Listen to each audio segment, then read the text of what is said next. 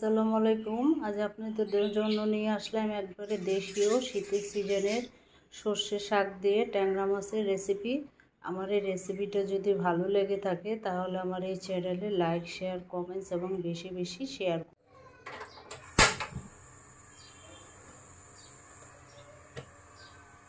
রান্নার রেগুলার তেল দিয়ে দিচ্ছি।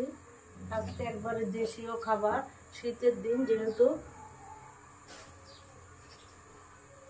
পেঁয়াজ দিলাম,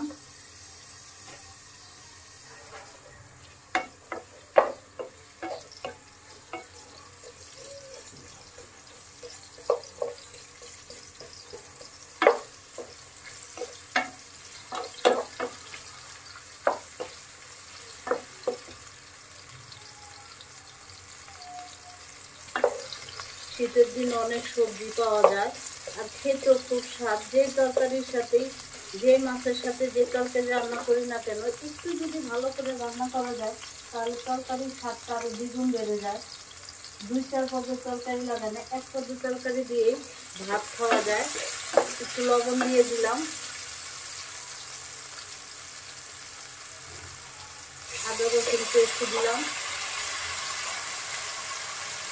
পানি দিয়ে দিব যাতে মশলাটা না পুড়ে,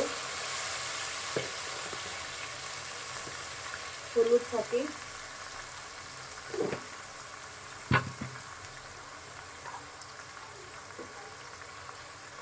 মরিচ ফাঁকি দিয়ে দিলাম।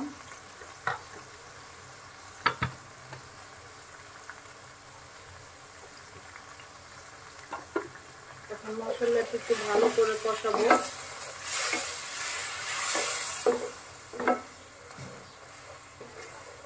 মশলাটা কষানো হোক।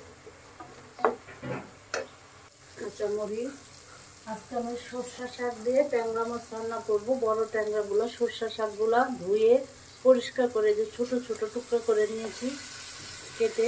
তাহলে আস্তে আস্তে থাকলে ডাকার মতো খেতে ভালো লাগবে না, দেখতে সুন্দর লাগে না। আর এই শীতের সিজনে সর্ষে শাক দিয়ে ট্যাংরা মাছ আমার খুব ভালো লাগে, যার কারণে তোমাদের সাথে শেয়ার করলাম।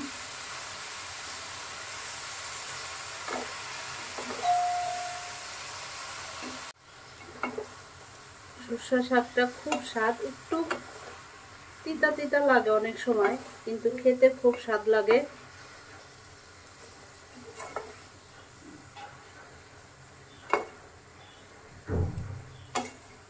আর অনেকগুলো দিলে দেখা যায় সিদ্ধ হয়ে অল্প হয়ে যায়।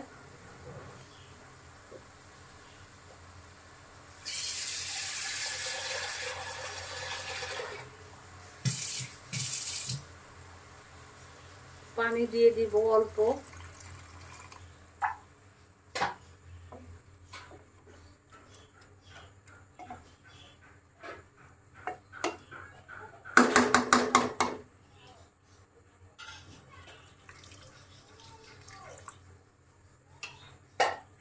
নদীর ট্যাংরা মাছ, অনেক ট্যাংরা মাছগুলো কালো কালো থাকে, এই ট্যাংরা মাছগুলো খুব সাদা সাদা, দেখতেও ভালো লাগতেছে।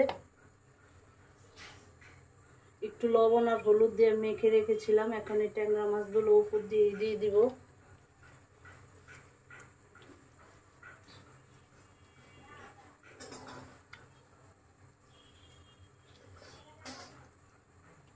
আর খেতেও স্বাদ, গন্ধ লাগে না এই ট্যাংরা মাছগুলো। বাচ্চারা খুব মজা করে খায়।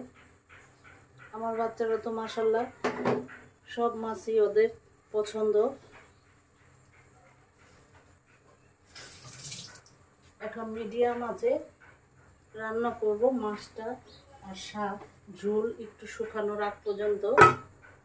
ধনে পাতা দিয়ে দিব।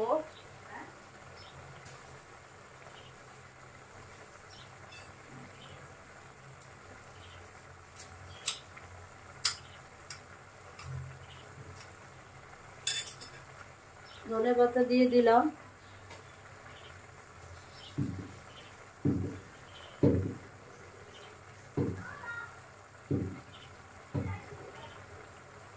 সুন্দর একটা সেন্ট চলে আসছে।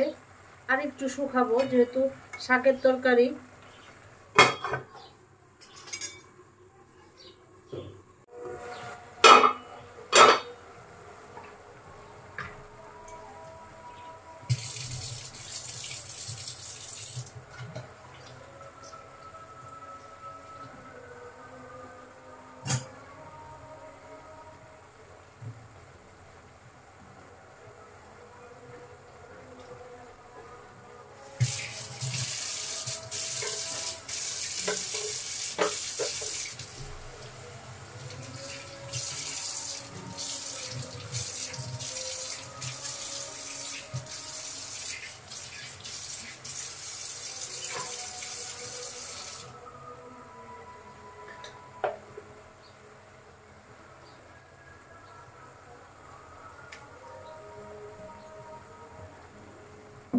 শাকটা হয়ে গেছে, ট্যাংরা মাছ দিয়ে সর্ষে শাক।